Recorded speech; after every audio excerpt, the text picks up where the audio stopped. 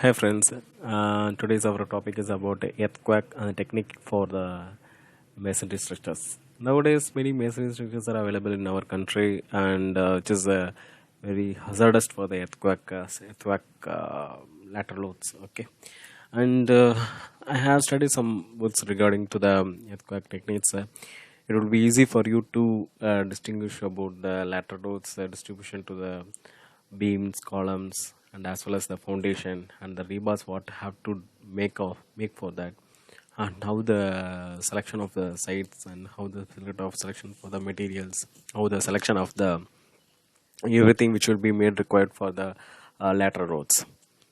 So this will be the today's topic, and you can get an idea of what can we do, and we can get a small idea about what is the techniques which will be involved in the masonry structures for that in order to stand with the earthquake loads.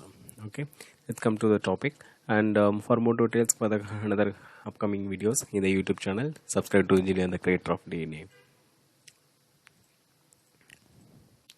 So, masonry technique for the seismic area.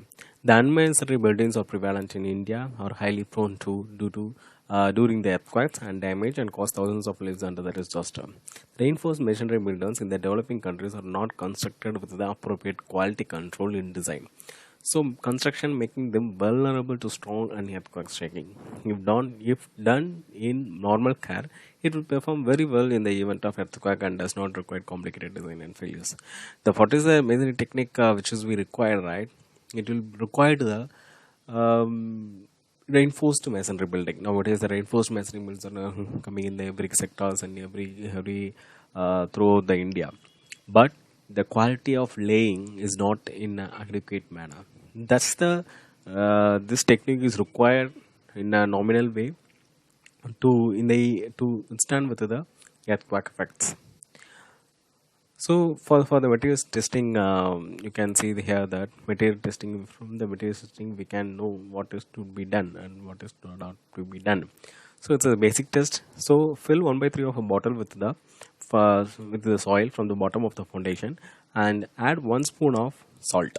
Okay, add 1 spoon of salt and fill with another third of the bottle with the water. Okay, and shake well and let it deposit for 24 hours. If the bottom of the pot have the sand, is the half of the volume, total volume of this total volume of the, which will be product volume of the sand, the soil is sandy. If the clay is in the middle pot, that is in the form of a central pot of the total volume, it is called the soil is clay. This is the differentiation between the how to classify the soil is sandy or soil is clay. So another test will be there. For the sand must be which will be the clean or not dry, like dirty, which will be we have to usable or reusable. This is a test is there. What is the test they are mentioning this? Just same. What you have to make a one bottle and make a put the sand in that area and make it to and other wash with until the sea sand. Wash with the normal water. Okay, and the sand is okay if the water and maintain for a they wait for a bottle to stand for 15 minutes, and sand is will be okay if the sand is remains clear. Okay, if the water remains dirty, which is you have the water remains dirty, the sand is not usable. Okay, and another one small test we have that just take a handful of sand, right? If your hands remains clean, the sand is okay. If the remains have dirt, mean the sand is not usable. So what if the sand is not usable? You just make them to solidify, filter the sand particles and the dirty particles by the using the labors, and you can use the usable sands. And then will be followed by the what is the site selection on the form of house. Okay, and first of all, if you have the steep slopes like this, okay, steep slopes like this, you should not place the houses in the above connecting to the steep slopes.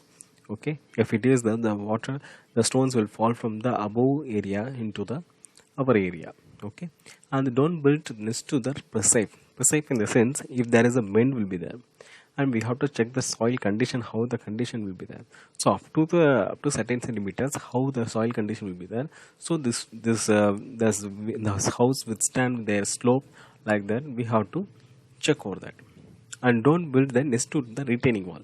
So if you go to the hilly areas, you can see that they will make up some retaining wall in order to reduce the stabilization of the, in order to reduce the falling of the soil or soil of the sand or soiling of the mm, stones and everything. So if don't put down, don't lay the houses on the near to the retaining wall. You can place after the retaining wall, not below, before the retaining wall. Okay, and next will be the, in the study slab we should not raise by the columns or anything by steel stamp steel elements to make the house apart from the slope, because what will happen means if the slope is the slope of the bottom soils, it will eradicate from that area. So it will automatically, the structure will fail automatically, the house will fall on off when the earthquake will occur.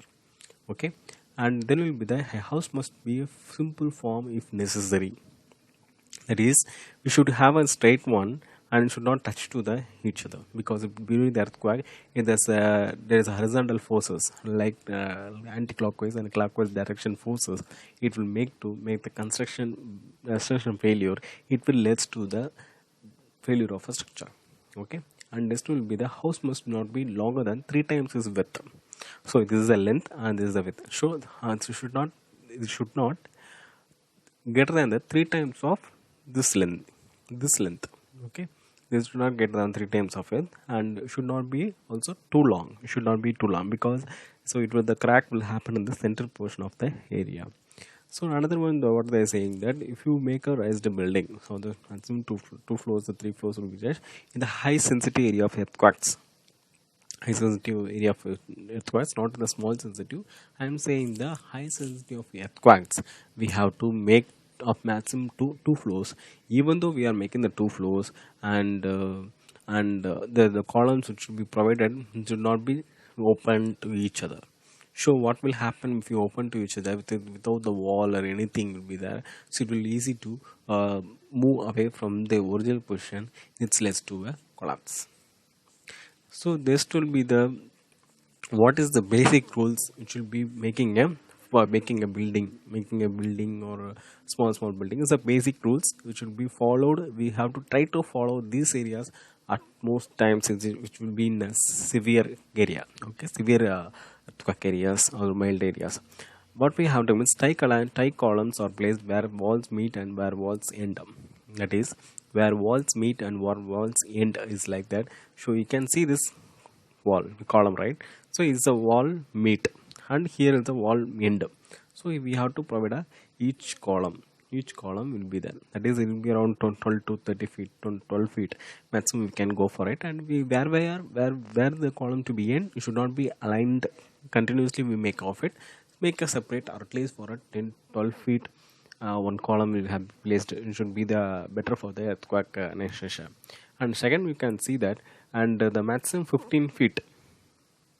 So every cross wall, so maximum 15 feet should be allowable for the earthquake resistance of the building. Okay, and avoid the long walls without the cross walls. If you make a break room not more than one house, the cross beam should be connected to the tie beam. That is what they are saying, means if you are making the big 15 feet that is a wall, so make a tie beam of the beam. Okay, so the cross beam should be used. If they use the cross beam, it will reduce the energy dissipation of from the lateral walls into the building. Okay, and then will be the solid. Then we can go for the 4. So solid walls, that is solid full walls. What is meant by solid wall full wall means there is no doors and windows will be considered as a solid full walls. You can see in your room itself, some area with the door, some area with the window, some area there is no doors and windows. That is called the solid full walls. So it should be make it at least in a one room or one room, at least one strong full wall should be needed to in order to reduce the energy dissipation. That is accordingly transferred to the foundation. And the maximum width of the opening should have the half of the distance between the columns. So we can see the width of the opening of the doors or windows which in the wall. It should be half of the length, half of the distance between the columns. You have to take the distance between the two columns should be half. That will be less than this width of the opening. Okay, and third is the point will be that the maximum 3 feet it will be required if the openings and the column openings between the openings and the column should be 3 feet is required, because it takes a larger time to transfer the crack from here to the column. That is this provision of minimum to 3 feet. If it is 1 feet, easily the crack will make here to here to reach to the column. Automatically, this wall will get failure, right? Then it will be followed by the column reinforcement. If you go for the column reinforcement, it's a major thing behavior in the earthquake and earthquake conversations. I am going to say that. So calculate the length of vertical bars from the bottom. From the bottom, what you have to miss, calculate the number of vertical bars. Okay, and to the top of the bond beam, and add 2.6 inches for the connection above the flap. Okay, and 1 feet for the footing we have to provide a 1 feet to the footing into the footing, and 2.2 feet 6 inches it should be connected to the this bonded beam, this like this. Okay, and vertically that verify that 2 bars for strips really do have that 1/4 of diameter, or use 8 mm diameters they are mentioned, because they for the stirrups they are missing 1/4 of diameter. That is the normal criteria. That is not a big deal. And if you don't have plan to do this, rebar stick out of the roof for the structure and bend them horizontally into the bond beam. So this is the thing they are saying. If you are going for a planning the future construction, so don't make it as the rebar as it is, and make the bend to the 6 inches and put inside to the column. Okay, and place all the stirrups 8.6 inches, double their number to the first. That is what the main guru says, first 18 inches, here 18 inches. Okay, it's a practical determination. From here 18 inches, here 18 inches. Make this 18 inches, what you have to means, make the closely spaced stirrups. Okay, closely spaced, so it will be reduced, the cracking phenomena will be reduced over here, so the energy distributions are reduced. And if thin columns are less than 8 inches, I use the double standard strips to leave the inner space for the concrete to downside. That's all. And if you come to the 7, you can see here 7. So if we have the strips, we are providing the columns, right? So what we have to provide, so if we have the double standard strips, and make it as a clockwise opposite sides. If you make here this side, make here this side, and after this side, so the energy dissipation will be like this. So it will contract with the its expansion at this point, so it will be reduced automatically. Okay, so that is the scenario behind this provision of the alternate hooks around the columns. Okay, around the columns will be there, right? And then will be followed by the foundation. If you see that foundation, and dig trenches to 3 feet and 2 feet wide on the hard side. If you have the hard strata, you will make up to 2 feet like that. So some practical difficulties, they will make up to 3 feet only. So make it to a 3 feet or a 4 feet to the hot soil also, and make the foundation better. And also, if you have the soft soil, if you have you don't have the hard soil, you have a soft soil, make the 4-inch bed of concrete with the 4 bars on it here, like this. Okay, 4 inches, make it and make a 3 bed of it, and place the column with reinforcement into the lean of concrete, and build the foundation with the concrete, and everything will be the same, and list the top of the foundation about 6 inches above the ground.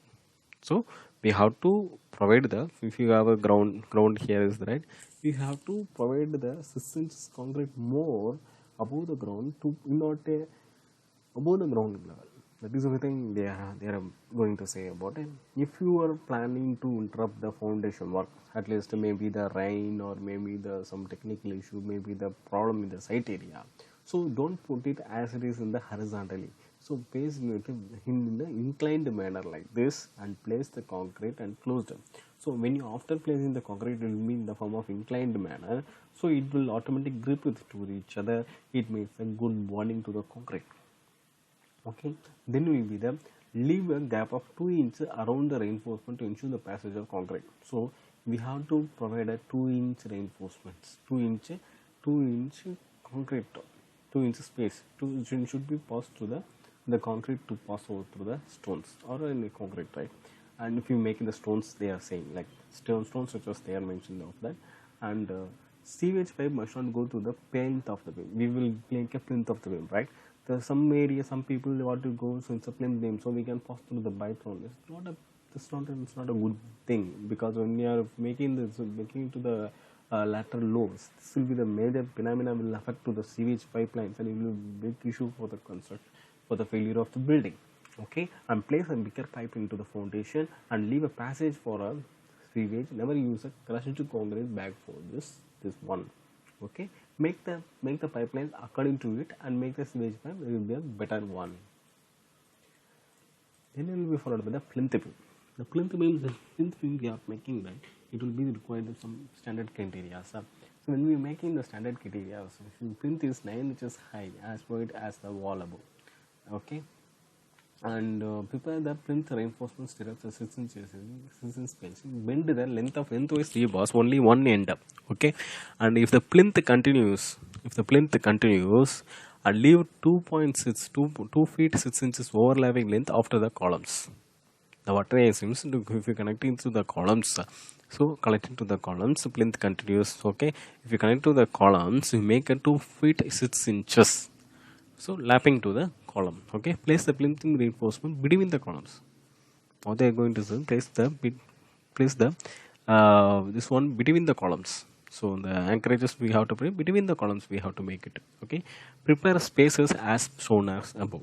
Prepare the space, which just means spacer bars. That is the spacer bars. That is the cover. The cover we are providing to make a concrete, right? To provide a space, it should be would be good. That will be around at least 1 feet half, 1 by 4 inches should be required.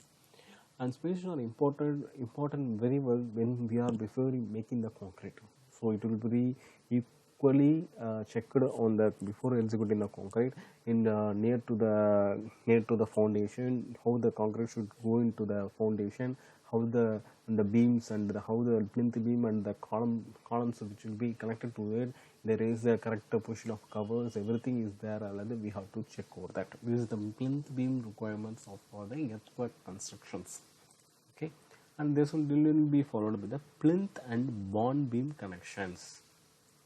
Why the connections are very important in this scenario? So why they are making this claim? Because the failure for the seismic structure will be fall only in the joints, which will be the predominant important thing we have to do for the construction. So it will happen at the joints. For example, if you take a double bedded cot, okay, if you see in the hostel somewhere else, if you shake the cot, it will give a sound only at the joints. It is the same scenario, same how you are shaking, like that it will happen to the building. So it will happen only at the joints. So they connect the beam reinforcement by inserting the ends into the nest beam. What they are going to do is connecting the beam reinforcement to, if you connect in the horizontal beam, secondary beam, primary beam will be there. So the connection should be very good, and it will be entered into the nest beam. And overlengthing bars, 4 bars must be at 2 feet 6 inches. So 250 length inches we have to insert the whatever the connection areas, we have to provide minimum 2 feet 6 inches. Okay, prepare L-shaped connection bars with side belonging behinds of 3 feet. So wherever the requirement of L-shaped, we have the connection joints, we have to make at least to 3 feet. So if you connecting the column to the beam, so we have to make the rebars like this and make at least 3 feet. We have to connect this connection to the 3 feet. So this is the outer bars we have to make it, or else we have to make like this. It will be like this, and it will be like this. So it will be act as a L-shaped junction for the T-section. So we have to fix like this. Okay, then we will never bend the connections around the inner corners. We should not make some people will do. So what they means in the connection will be there. So they will connect to the top of the reinforcement of the connecting rebars. We should not be done because it will not take in any reduction in the dissipation, because if you connect to the bottom only, there's a stiffness to the element, and without making any joints repair along on the energy dissipation. Okay, at the corners, if you have the hot, the corners will be there, right? Add two external connection bars as top and bottom, fix them against the outer bar.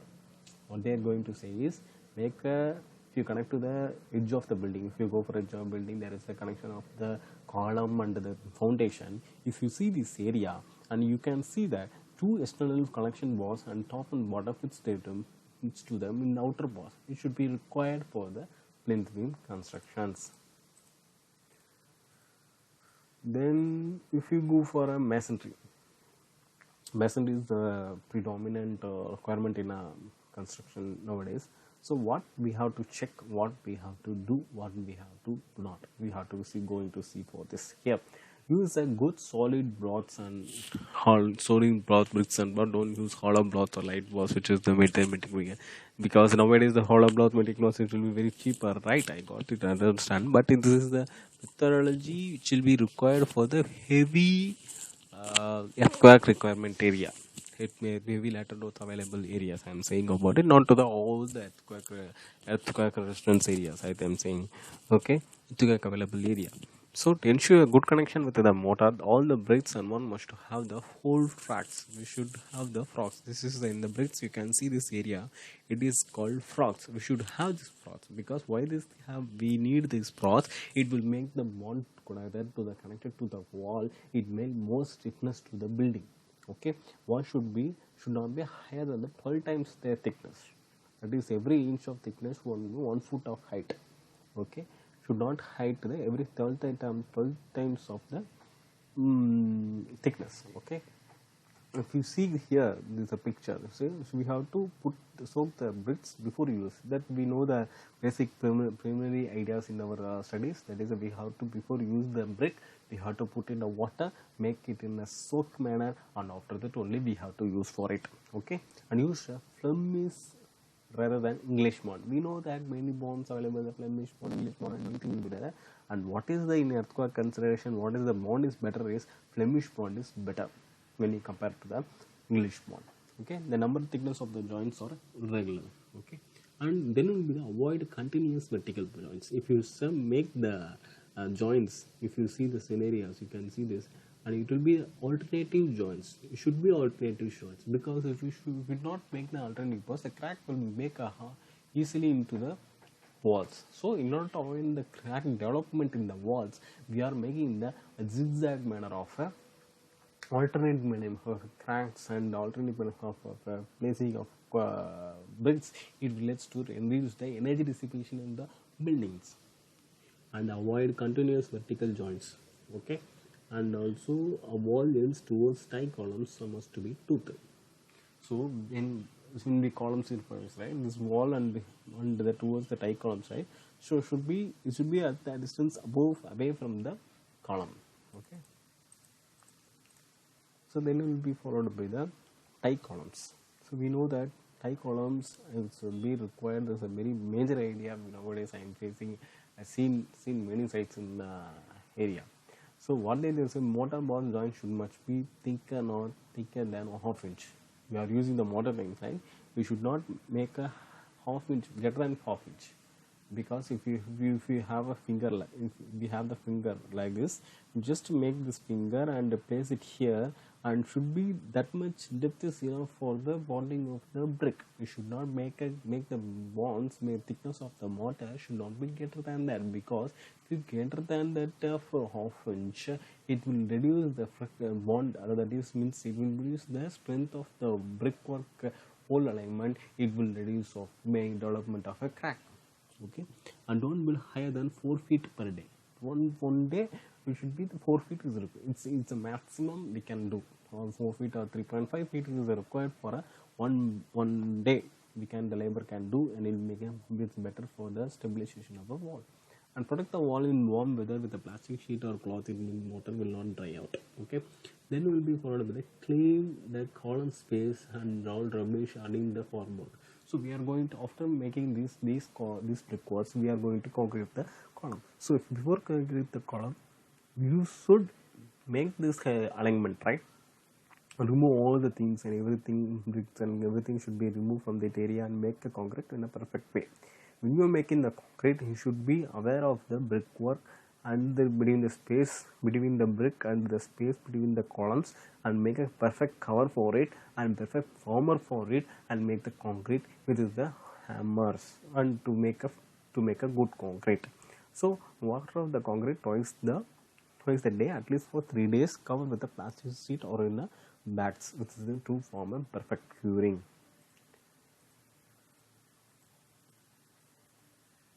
So finally, and we have today discussed about the total of the tie beams and in material testings and what is the masonry, how to be used, what are the things we have to control on it.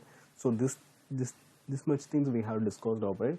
In the next video, I will provide the seismic rebar arrangements of the reconstruction. If the reconstruction of the building or many rebar arrangements for the windows, doors, how the rebar arrangement should be there for the seismic areas. So this will be the better for you to learn and learn for your future, and if you will get a somewhat idea to do a perfect building in your safe area. And thank you for the value time we spent with my video, and thanks for getting the knowledge and engineer the creator of India. So kindly subscribe for the more videos, and share this video helpful to students and designers and hospitals, heroes, purchasers, chocolate, and for the healthy workers. Stay home, stay safe. Thank you.